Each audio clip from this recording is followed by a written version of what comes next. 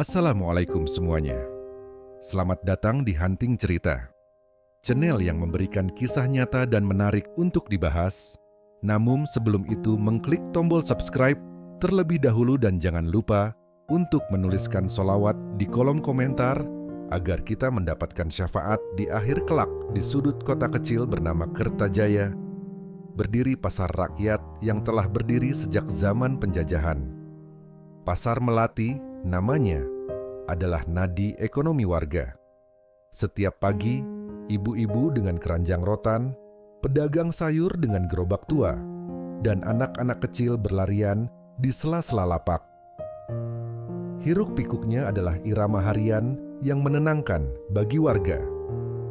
Namun, segalanya berubah ketika sebuah organisasi masyarakat yang menamakan dirinya Laskar Penjaga Moralitas Bangsa atau LPMB mulai menancapkan kuku kekuasaan di Kertajaya. Awalnya, kedatangan LPMB disambut dengan senyum dan segan. Mereka menggelar pengajian, bersih-bersih lingkungan, dan bahkan membantu warga saat banjir. Tapi, seiring waktu, niat baik itu berubah menjadi alat untuk menuntut. Mereka menagih biaya keamanan dari toko-toko, mengatur siapa boleh berjualan dan siapa tidak, bahkan menentukan jam buka pasar. Bukan pungli, ini solidaritas, kata ketuanya, Darman, dengan suara berat dan tubuh besar yang membuat siapapun ciut. Darman dikenal bukan karena karisma, melainkan karena reputasi.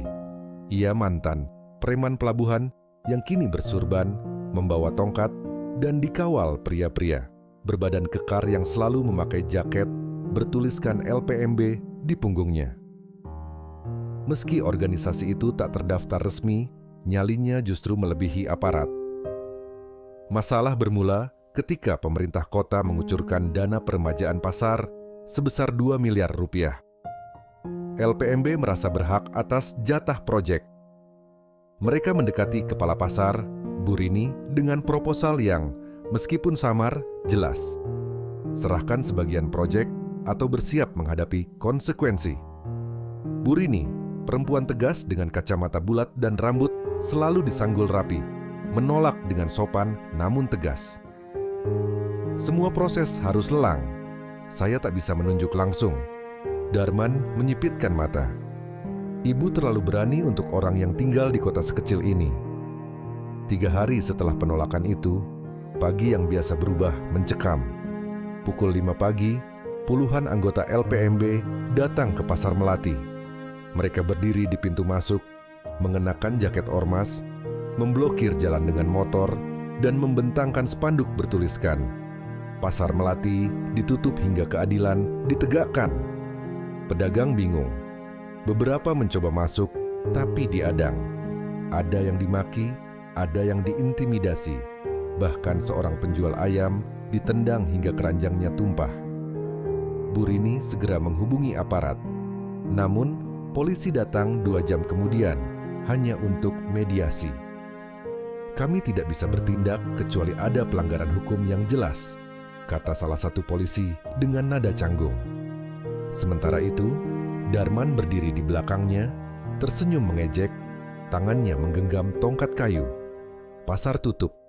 1 hari, 2 hari, 3 hari. Perekonomian warga mulai lumpuh. Para pedagang kecil menangis. Beberapa harus pinjam uang untuk makan. Kota kecil itu menjadi kota hantu. Namun, di tengah keputusasaan muncul sosok yang tak disangka.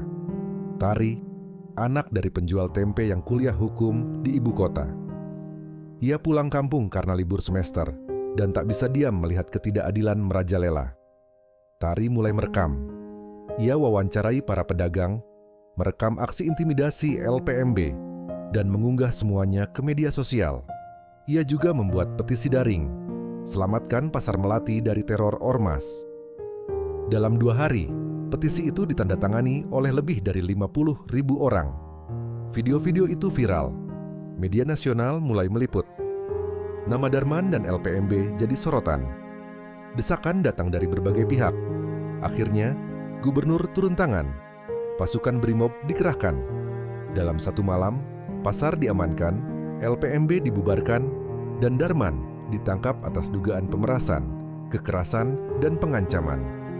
Pasar Melati dibuka kembali dengan upacara kecil. Ibu-ibu membawa nasi tumpeng, anak-anak kembali berlarian.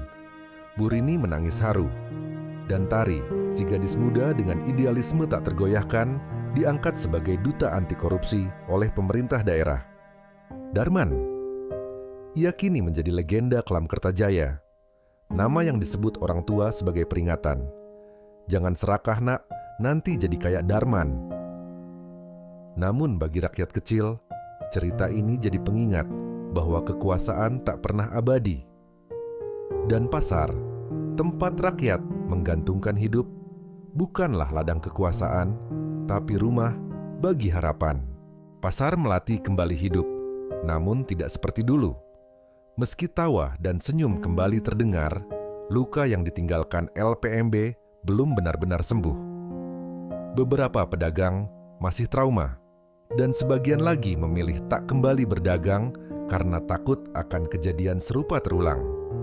Bahkan setelah Darman dan LPMB dibubarkan secara hukum, bayangan kekuasaan mereka masih terasa. Bu Rini terus bekerja dengan hati-hati.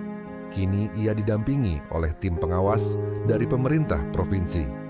Tapi ia tahu, masalah di pasar bukan hanya soal ormas, melainkan budaya takut yang telah lama mengakar.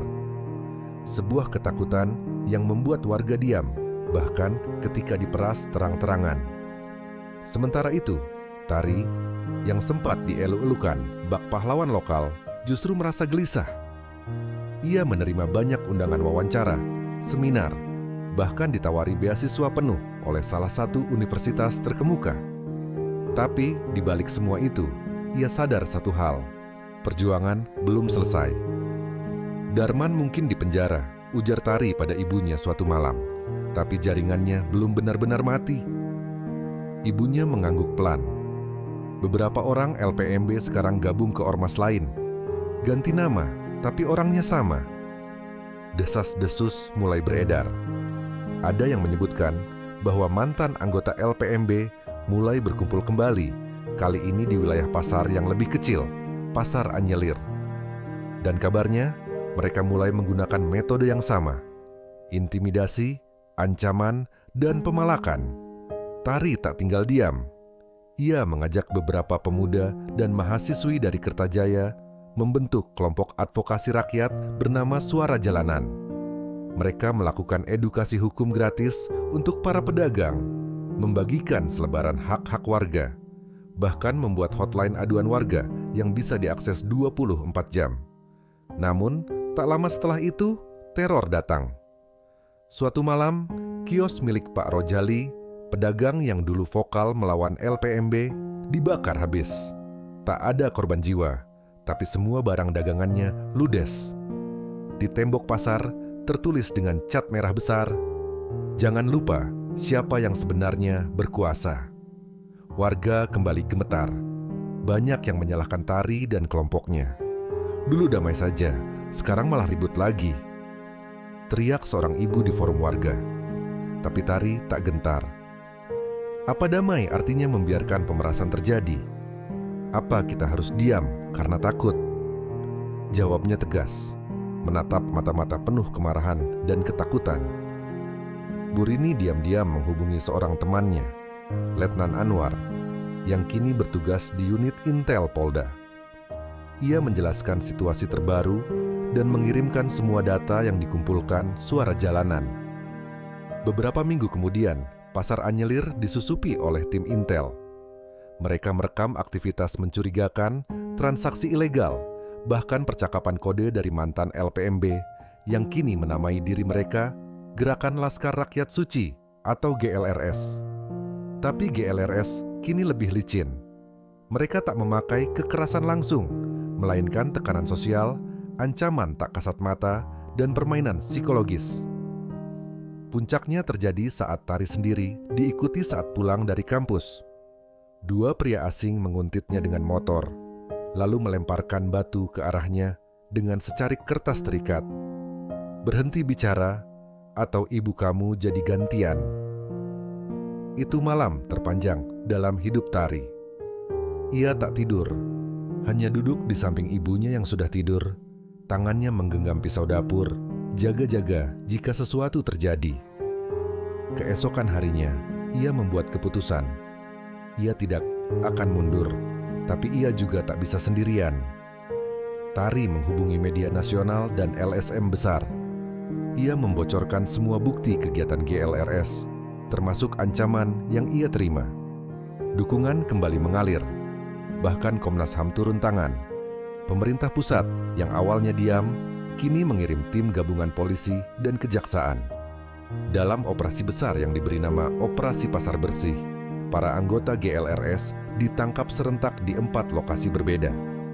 Termasuk orang yang diduga sebagai dalang baru jaringan itu, bekas Wakil Darman yang selama ini bersembunyi dengan nama palsu. Pasar Anyelir dibebaskan, namun trauma tetap tinggal. Di rumah-rumah warga, di antara sayuran yang dijual, dan di dalam kepala anak-anak yang dulu melihat bapaknya dipukul karena menolak bayar uang keamanan. Tapi kini, suara rakyat tidak lagi senyap. Suara jalanan berkembang, menyebar ke kota-kota kecil lain. Tari tak hanya dikenal di Kertajaya, tapi juga di berbagai forum nasional. Bukan karena ia sempurna, tapi karena ia memilih untuk tidak diam saat yang lain memilih menunduk. Bu Rini pun mengajukan diri sebagai calon wali kota. Bukan karena saya ingin berkuasa, katanya dalam pidato, tapi karena saya ingin memastikan tidak ada lagi yang menutup pasar karena tidak dapat jatah. Kertajaya perlahan berubah. Dari kota kecil penuh ketakutan, menjadi simbol perlawanan rakyat kecil. Dan pasar, yang dulu dijadikan ladang kekuasaan, kini menjadi panggung demokrasi. Setelah operasi Pasar Bersih menggulung GLRS, kota Kertajaya kembali tenang. Pasar-pasar mulai tumbuh sehat, kelompok suara jalanan berkembang menjadi gerakan nasional, dan Bu Rini resmi mencalonkan diri sebagai wali kota. Di berbagai sudut kota, mural-mural bergambar wajah Tari dengan kutipan, "Jangan diam." Saat ketidakadilan menguasai, mulai bermunculan. Namun dalam ketenangan itu, Tari justru merasa gelisah. Kita mungkin menang lawan kekerasan, tapi belum tentu lawan tipu daya, gumamnya sambil menatap layar laptopnya yang berisi berita-berita yang tampak janggal. Ada artikel yang menyebutkan suara jalanan didanai oleh pihak asing. Ada juga video manipulatif yang menggambarkan Tari sebagai penghasut kerusuhan pasar. Tak lama kemudian, akun-akun anonim di media sosial mulai menyerangnya. Tuduhan miring muncul, mulai dari pelecehan nama baik, pencemaran, hingga konspirasi anti pemerintah. Semua disebar cepat lewat jaringan bot dan akun palsu.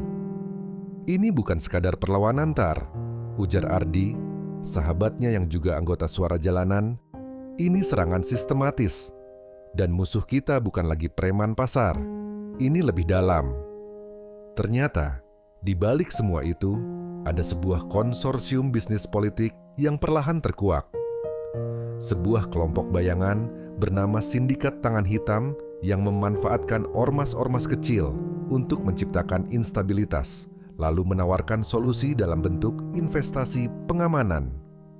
Mereka beroperasi tak hanya di Kertajaya, tapi di puluhan kota lain. Mereka menggunakan wajah berbeda, kadang ormas agama, kadang kelompok adat, kadang koperasi rakyat. Tapi pola mereka selalu sama, menciptakan masalah, lalu jadi solusi. Sementara itu, pemilu lokal semakin dekat. Bu Rini bersaing ketat melawan calon dari partai besar, seorang mantan jenderal bernama Suyoto.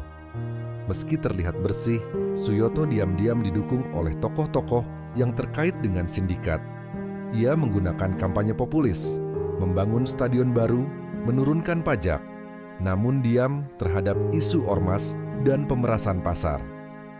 Tari dan timnya mencoba membongkar semua ini lewat laporan jurnalistik, kolaborasi dengan media independen, dan investigasi lapangan. Tapi tekanan terus meningkat. beberapa anggota Suara Jalanan mulai menghilang dari publik. Satu orang ditemukan pingsan di jalan, ada juga yang rumahnya dilempari batu. Puncaknya, akun media sosial Suara Jalanan diretas. Semua data hilang, dan video yang mereka siapkan untuk membongkar keterlibatan Suyoto lenyap tak berbekas.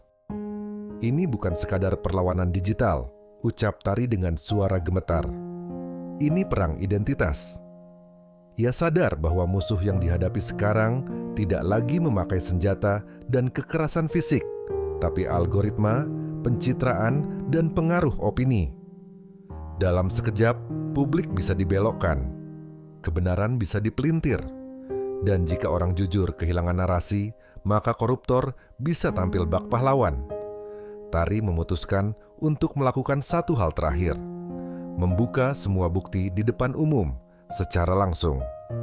Ia menyewa sebuah aula besar di tengah kota dan mengadakan forum rakyat. Undangan disebar ke semua penjuru, termasuk ke kantor berita nasional dan internasional. Di tengah sorotan kamera dan ratusan warga, Tari naik ke panggung. Tari tak membaca teks. Ia bicara dengan suara lirih tapi tegas. Ia tunjukkan foto-foto, rekaman suara, hingga dokumen transaksi ilegal antara oknum politisi dan organisasi bayangan. Semua ditampilkan dengan bukti, bukan asumsi. Ia tidak menyerang karakter, hanya menyuguhkan fakta. Di akhir pidatonya, Tari berkata, "Kalau saya harus jatuh karena berkata jujur, saya siap. Tapi jangan bilang saya diam." Tak lama setelah itu, berbagai reaksi muncul. Ada yang memuji, ada yang mencemooh. Tapi yang paling mengejutkan, 2 hari kemudian, sebuah video bocor. Di dalamnya tampak Suyoto tengah bertemu dengan pengusaha besar yang dikenal sebagai penyandang dana ormas bayangan. Publik murka. Protes besar terjadi di Kertajaya. Bahkan kelompok-kelompok masyarakat yang dulu ragu, kini bergabung menyuarakan hashtag Bersihkan Kota. Di tengah tekanan besar, Suyoto mundur dari pencalonan. Kejaksaan Agung turun tangan dan penyelidikan diperluas ke lintas provinsi. Pemilu akhirnya dimenangkan oleh Bu Rini dengan selisih suara besar.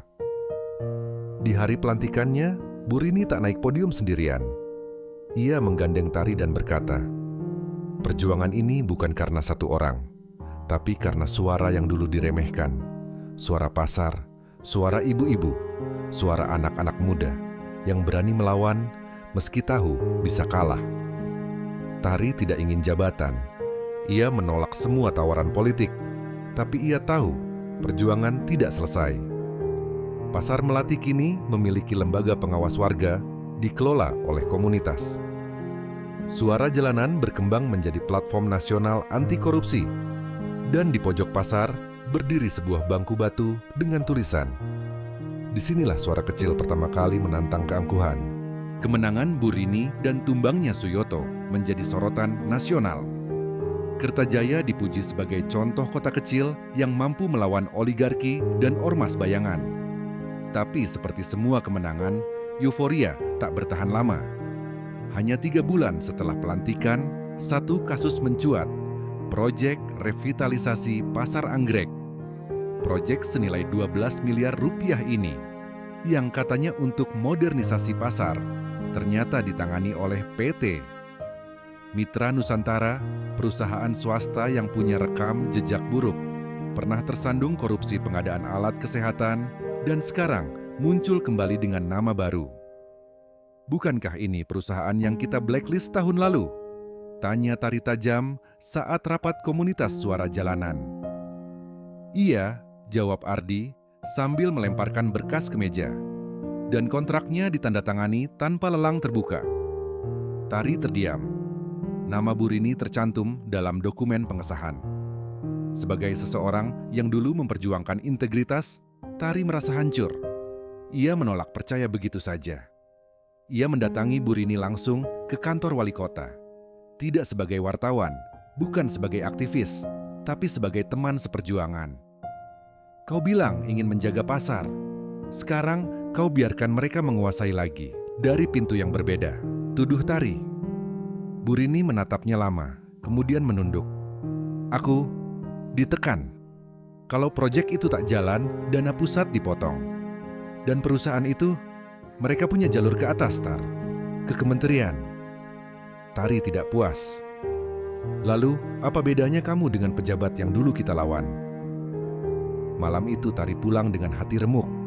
Ia merasa dikhianati. Namun di dalam hatinya, masih ada ruang untuk memahami. Mungkin benar, kekuasaan adalah labirin yang penuh jebakan. Tapi jika orang sekuat Burini bisa tergelincir, bagaimana dengan yang lain? Hari-hari berlalu dan skandal proyek itu mulai tercium media. Tapi anehnya, pemberitaan tentangnya minim. Justru berita lain mulai mendominasi. Rumor miring tentang Tari. Akun-akun lama kembali muncul. Kali ini lebih kejam. Mereka menyebarkan isu bahwa Tari memiliki hubungan rahasia dengan pejabat tinggi, menerima dana asing, bahkan menuduhnya menyabotase proyek revitalisasi pasar. Bukan hanya daring, di dunia nyata, pamflet disebar di kampus, mencemarkan namanya. Orang-orang mulai menjauh. Teman-teman lama memilih diam. Ini kerjaan lama dengan wajah baru, kata Ardi, yang kini tinggal di luar kota, menjalankan usaha kecil. Tapi yang mereka incar sekarang bukan fisikmu, melainkan kredibilitasmu. Tari kembali teringat akan kata-kata Darman dulu saat diinterogasi di pengadilan. Yang paling kuat bukan yang memukul, tapi yang bisa bikin orang meragukan kebenaran. Kini ia mengerti. Namun kali ini ia tidak mau bersembunyi. Tari memutuskan untuk membuka semua arsip internal Suara Jalanan. Dana masuk, kolaborasi dokumentasi lapangan. Ia buat situs publikasi bernama Mata Warga yang berisi laporan terverifikasi, bukan opini. Bukan untuk membela diri, tapi agar publik bisa menilai dengan data, bukan desas-desus. Situs itu meledak. Ribuan pengunjung dalam 2 hari. Para jurnalis independen mulai merujuk data dari sana. Tak lama muncul gelombang baru. Gerakan warga yang menamakan diri Pelindung Pasar, yang menyuarakan akuntabilitas proyek pemerintah lokal. Di tengah badai, Tari dihubungi seseorang, Yuda, mantan staf ahli kementerian yang dulu membocorkan dokumen skandal Suyoto. "Aku tahu kamu tidak sedang menghadapi Burini," katanya lewat pesan suara. "Kamu sedang berhadapan dengan..." LKM Tari mengernyit. "Apa itu?" "Lembaga Kemitraan Mandiri. LSM legal, tapi jadi broker proyek untuk para elit. Mereka memoles citra, menjual dukungan rakyat, dan menekan pejabat dari belakang layar. Mereka sponsor revitalisasi itu. Dan mereka mau kamu diam." Tari menarik napas panjang. Dunia yang dulu dia kira hitam putih, kini berubah menjadi kabut abu-abu. Tapi satu hal belum berubah, suara pasar. Tari dan kelompoknya menggelar forum terbuka di Pasar Anggrek. Mereka undang warga, pedagang, dan perwakilan kontraktor. Kali ini tanpa mikrofon megah, tanpa kamera nasional. Hanya kursi plastik dan kopi panas. Di sana, satu demi satu pedagang bicara. Mereka tak tahu menahu soal proyek. Mereka hanya tahu lapaknya akan digusur minggu depan tanpa penjelasan. Burini datang diam-diam, duduk paling belakang. Ia menangis dalam diam ketika mendengar suara-suara yang dulu pernah ia perjuangkan.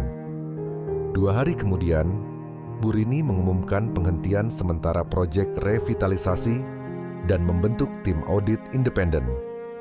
PT Mitra Nusantara diputus kontraknya. Tapi langkah itu tak membuat semua lega. Beberapa hari kemudian, kantor Suara Jalanan dilempari molotov. Tak ada korban, tapi dokumen penting terbakar. Polisi menyebutnya aksi vandalisme biasa. Tari tahu ini pesan, tapi dia tidak takut.